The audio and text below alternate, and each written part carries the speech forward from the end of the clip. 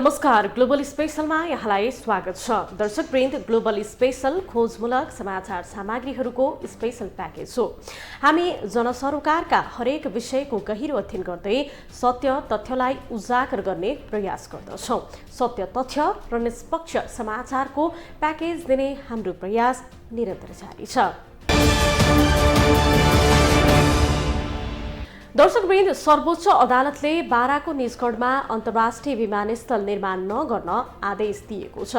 न्यायाधीशहरू हरिकृष्ण कार्की, विश्वम्भर प्रसाद श्रेष्ठ, ईश्वर प्रसाद खतिवडा, प्रकाशमान सिंह राउत र मनोज कुमार शर्माको बृहत पूर्ण इजलासले निजगढमा विमानस्थल निर्माण नगर्न आदेश दिएको हो।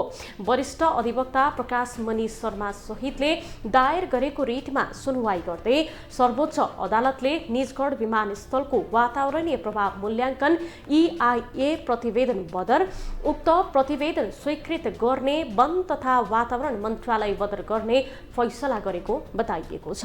तर यता प्रतिनिधि सभाको अन्तर्राष्ट्रिय सम्बन्ध समितिले बाराको निजगढमा अन्तर्राष्ट्रिय विमानस्थल निर्माण कार्यलाई शीघ्र अघि बढाउन सरकारका नाममा निर्देशन जारी गरेको छ। आज हामी यिनै विषयवस्तुलाई नै प्रस्तुत गर्नेछौँ। प्रतिनिधि सभा अन्तर्राष्ट्रिय सम्बन्ध समितिको सोमबारको बैठकले निजगढ अन्तर्राष्ट्रिय विमानस्थल निर्माणमा देखिएका कानुनी र अन्य अडचन हटाई निर्माण कार्य अघि बढाउन भनेको छ। समितिका सभापति पवित्र निरौला खरेलले नेपालको अर्थतन्त्रलाई सबल बनाउने भएकाले पनि निजगढ अन्तर्राष्ट्रिय विमानस्थल निर्माण गर्नुपर्ने बताएकी हुन्। यस्तै संस्कृति, पर्यटन तथा नागरिक उड्डयन मन्त्री प्रेम बहादुर आलेले निजगढ अन्तर्राष्ट्रिय विमानस्थल बनाउनबाट सरकार पछि नहट्ने बताएका छन्। प्रतिनिधि सभाको अन्तर्राष्ट्रिय सम्बन्ध समितिले बाराको निजगढमा अन्तर्राष्ट्रिय विमानस्थल निर्माण कार्यलाई शीघ्र अघि बढाउन सरकारका नाममा निर्देशन जारी गरेको छ। प्रतिनिधि सभा अन्तर्राष्ट्रिय सम्बन्ध समितिको सोमबारको बैठकले निजगढ अन्तर्राष्ट्रिय विमानस्थल निर्माणमा देखिएका कानुनी र अन्य अडचन हटाई निर्माण कार्य अघि बढाउन भनेको हो। सर्वोच्च अदालतले गत बिहीबार निजगढमा अन्तर्राष्ट्रिय विमानस्थल निर्माण नगर्न दिएको फैसलाको आलोचना गर्दै समितिले तत्काल निर्माण कार्य अगाडि बढाउन निर्देशन दिएको हो। समितिकी सभापति पवित्र निरौला खरेलले नेपालको अर्थतन्त्रलाई सबल बनाउने भएकाले पनि निजगढ अन्तर्राष्ट्रिय विमानस्थल निर्माण गर्नुपर्ने बताएकी हुन्। समितिकी सभापति पवित्र निरौला खरेलले समितिको तर्फबाट नेपालको राष्ट्रिय हित अनुकूल अर्थतन्त्र सुदृढ तुल्याउने उद्देश्यका साथ लामो समयको अध्ययन तथा लगानीका साथ अघि बढाएको राष्ट्रिय गौरवको निजगढ अन्तर्राष्ट्रिय विमानस्थल निर्माण आयोजनाको कार्य रोक्नुपर्ने निर्णय कुनै पनि दृष्टिबाट उचित नरहेको स्पष्ट पारेकी छन्। नेपालको राष्ट्रिय हित अनुकूल अर्थतन्त्रलाई सुदृढ तुल्याउने उद्देश्यका साथ लामो समयको अध्ययन तथा धेरै ठूलो लगानीका साथ अगाडि बढाइएको राष्ट्रिय गौरवको निजगढ अन्तर्राष्ट्रिय विमानस्थल निर्माण आयोजनाको कार्य रोक्नुपर्ने भन्ने कुनै निर्णय कुनै पनि दृष्टिबाट उचित देखिन्न। बाह्य र आन्तरिक ऋणको बोझ बोक्दै कठिन अवस्थामा रहेको नेपालको अर्थतन्त्रलाई निजगढ अन्तर्राष्ट्रिय विमानस्थल निर्माणको प्रयोजनको लागि भइरहेको अरबौं रुपियाँलाई निरर्थक तुल्याउँदा झनै धक्का लाग्छ। अत राष्ट्रिय हित, सुरक्षा र आर्थिक विकासका दृष्टिबाट अत्यन्त अत्यावश्यक निर्माणाधीन निजगढ अन्तर्राष्ट्रिय विमानस्थल निर्माणको कार्यलाई शीघ्र अघि बढाउन आवश्यक कानुनी, प्रशासनिक र व्यवहारिक कार्य गर्न नेपाल सरकारलाई निर्देशन दिने। संस्कृति, पर्यटन तथा नागरिक उड्डयन मन्त्री प्रेम बहादुर आलेले निजगढ अन्तर्राष्ट्रिय विमानस्थल बनाउनबाट सरकार पछि नहट्ने बताएका छन्। सोमबार अन्तर्राष्ट्रिय सम्बन्ध समितिको बैठकमा बोल्दै मन्त्री आलेले निजगढ अन्तर्राष्ट्रिय विमानस्थलको काम अघि बढाउने कुरा सरकारको नीति तथा कार्यक्रममा आइसकेको र राष्ट्रिय योजना आयोगमा समेत एयरमार्क भइसकेकोले सरकार पछि नहट्ने बताएका हुन्। उनले सरकार सुदृढतापूर्वक अगाडि बढ्ने बताएका छन्। मन्त्री आलेले हेलिकप्टर र हवाईजहाजहरू युरोपबाट सेकेन्ड ह्यान्डमा किनेर नेपालमा प्रयोग गरिने गरेको बताएका छन्। उनले पुरानो जहाज प्रयोग गरेर मानिसको जीवनको खेलवाड गरिएको भन्दै जहाजको पुरै इन्जिनियरिङ सर्वे गरेर मात्रै प्रयोग गर्न सम्बन्धित निकायलाई निर्देशन दिएका छन्। जुन यहाँ हेलिकप्टरको कुरा आएको छ, वास्तव हेलिकप्टर प्लेनहरू जम्मै सेकेन्ड ह्यान्ड आउँदो रहेछ। अधिकांश वहाँ युरोपमा काम नलाग्ने जहाजहरू यहाँ सेकेन्ड ह्यान्ड, थर्ड ह्यान्डमा आउँदो रहेछ। यहाँ यसले गर्दाखेरि मानिसको जीवनमाथि चाहिँ खेलवाड गर्ने कामहरू पनि भइराखेको छ। यसलाई पनि म क्यानको हाम्रो महानिर्देशकजी हुनुहुन्छ, म यहीबाट निर्देशन दिन चाहन्छु कि यी सबै कुराहरू यसको इन्जिनियरिङबाट चाहिने पुरै चाहिने यो यसको चाहिने सर्वे हुनुपर्छ, इन्सपेक्सन हुनुपर्छ र त्यो आधारमा मात्रै अगाडि बढाउनको लागि पनि म यही तपाईँहरूको यो सम्मानित समितिको माध्यमबाट म उहाँलाई भन्न चाहन्छु। र अर्को कुरा जुन यो निजगढ अन्तर्राष्ट्रिय विमानस्थलको लागि राज्यले फास्ट ट्र्याकको लागि 2 खरब खर्च भइसकेको छ।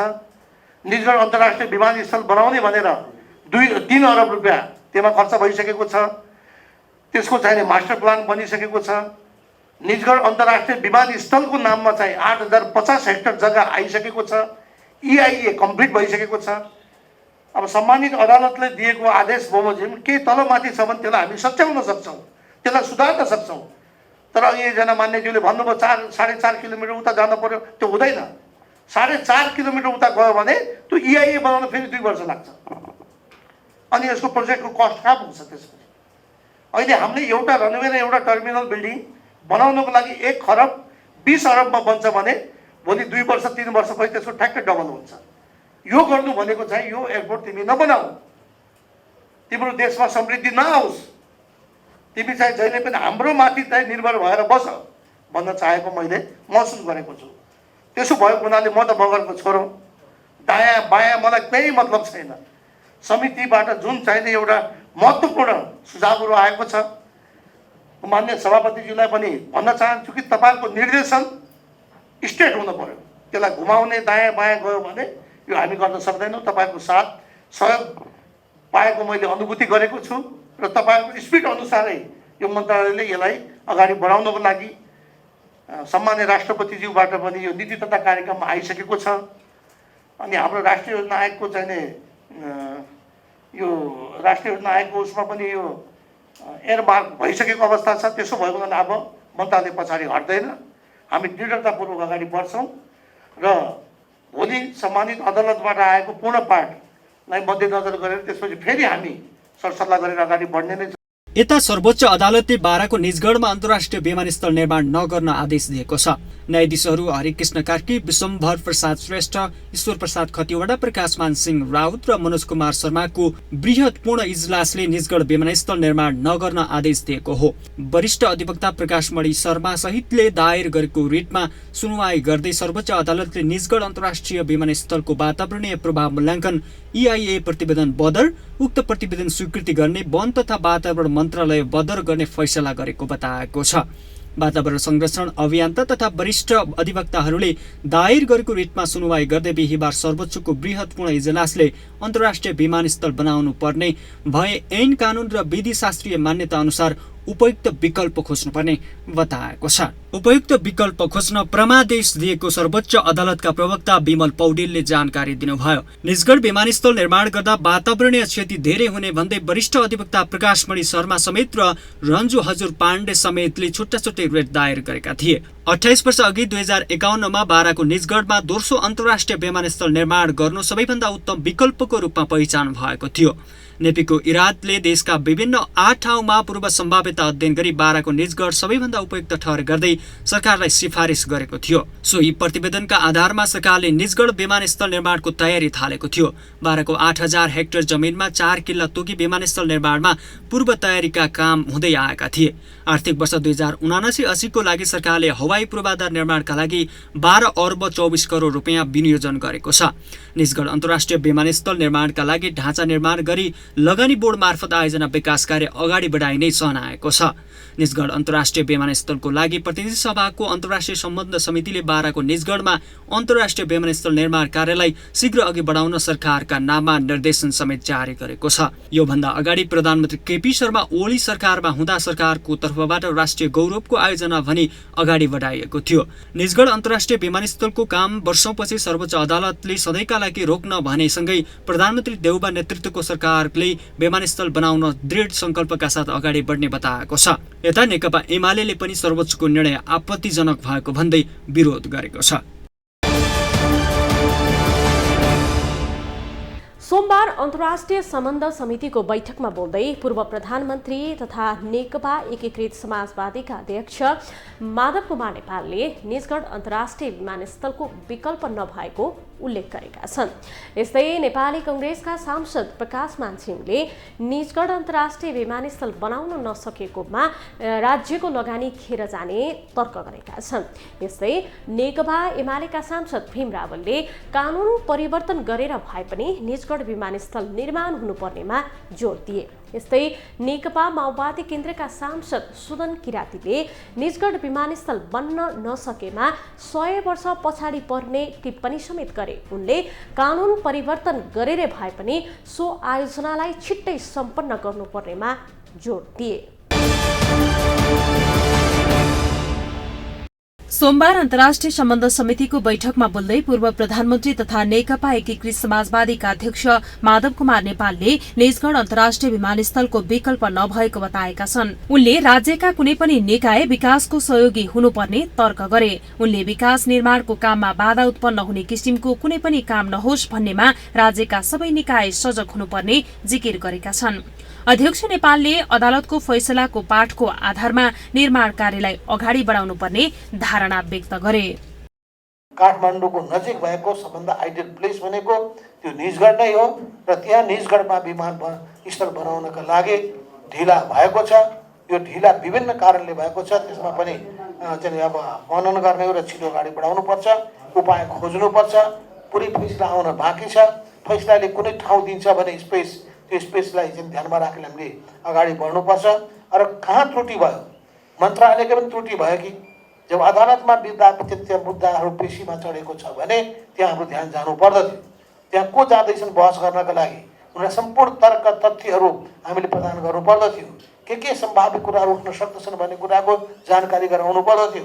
त्यस हुनाले यही हाम्रो मन्त्रालयभित्र पनि कमजोरी भएको पक्ष र त्यसपछि चाहिँ महान्यायाधिवक्ता कार्यालयभित्रबाट पनि भएका कमजोरीको पक्षको पनि हामीले समीक्षा गर्नुपर्छ र अदालतको फैसला हेरौँ र अदालत फैसलामा पाएको स्पेसको आधारमा यो निर्माण गर्ने कुरामा चाहिँ अगाडि बढ्नुपर्छ भन्ने मेरो धारणा छ।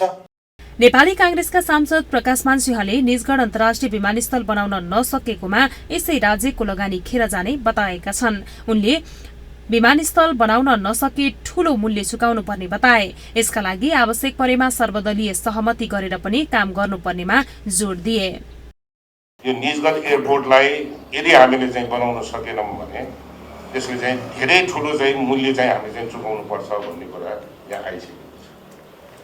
ल्यान्डलकबाट एयरलकमा जाने भन्ने कुरा जुन छ त्यो चाहिँ एकदमै हामी चाहिँ गम्भीरताका साथ लिनुपर्छ र चाहिँ जनप्रतिनिधिको हैसियतले हामीले चाहिँ खास गरेर यो चाहिँ नेपालको चाहिँ इकोनोमीलाई यो चाहिँ इम्प्रुभ गर्ने र चाहिँ फ्युचरमा चाहिँ जुन भनौँ न अब चाहिँ यो ल्यान्ड ट्रान्सपोर्टेसनबाट मात्र होइन एयर ट्रान्सपोर्टेसनबाट पनि एयर कार्गोहरू गरेर ट्रेड ट्रान्जिट सबै कुरा चाहिँ हामी चाहिँ गर्न सक्ने भएको कारणले गर्दाखेरि यो इम्पोर्टेन्सलाई चाहिँ हामीले चाहिँ बुझेर नेपालको फ्युचर यो इकोनोमी यसैमा निर्भर हुने भएको हुनाले यसलाई चाहिँ कसरी अगाडि बढाउनु पर्छ भन्ने कुरा यो चाहिँ सबै यो चाहिँ अब भनौँ न दल र यो चाहिँ जनप्रतिनिधिहरूले यसमा गम्भीरताका साथ सोच्नुपर्छ भन्ने मलाई चाहिँ लाग्छ। यस्तै नेकपा एमालेका सांसद भीम रावलले कानून परिवर्तन गरेर भए पनि निजगढ विमानस्थल निर्माण हुनुपर्नेमा जोड दिएका छन्। सर्वोच्च अदालतको आदेश व्यवस्था गरेर भए पनि निर्माण हुनुपर्नेमा उनको जोड छ। नेपाल सरकारले यो अन्तर्राष्ट्रिय सम्बन्ध समितिको तर्फबाट हामीले कुनै पनि किसिमले कानून परिवर्तन गर्ने कानून परिवर्तन, यदि अदालतले त्यसको चौकिल्ला निर्धारण गरेका छ भने के हो त कानुनमा हतारको छिद्रो हुन्छ। म पनि कानुनको व्यवसाय चाहिँ धेरै गरिनँ तर अधिवक्ता त हो। त्यसमा त्यसको चौकिल्लामा त्यो अलिकति मिलाएर बनाउनु त्यो हेरे हुन्छ। लड्नु पऱ्यो भने लडाउनु हुन्छ। अदालतले चाहिँ गर्नु हुने अनि हामीले राष्ट्रको हितमा बाहिर चाल्नु नहुने हुन्छ। त्यो अदालत के छुट्टै टापुमा बसेको हो कुनै राज्यको अङ्ग होइन। देशप्रति जनताप्रति जिम्मेवार हुनु पर्दैन। राष्ट्रको स्वार्थ कहाँ छ भन्ने कुरा हेर्नु पर्दैन त्यहाँ बस्ने व्यक्तिहरूले पर्छ।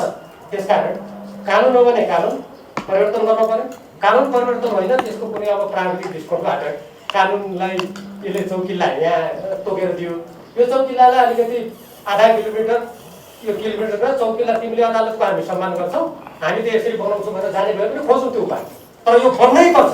यस्तै नेकपा माओवादी केन्द्रका सांसद सुदन किराँतीले निजगढ विमानस्थल बन्न नसकेकोमा 100 वर्ष पछाडि परिने टिप्पणी गरेका छन्। उनले कानून परिवर्तन गरेर भए पनि सो आयोजनालाई छिटै सम्पन्न गर्नुपर्नेमा जोड़ दिए। निर्माण सम्पन्न गर्न नदिने सर्वोच्चको फैसला खारेज गर्ने दिशामा जानुपर्ने उनको तर्क छ। उनले निजगढ विमानस्थल निर्माण हुन नदिनु आपत्तिजनक र खेदजनक रहेको बताए। राष्ट्रिय हितमा हो भनिसके पछाडि सुधारको बाटोमा पनि न्यायपालिकाले लानुपर्छ।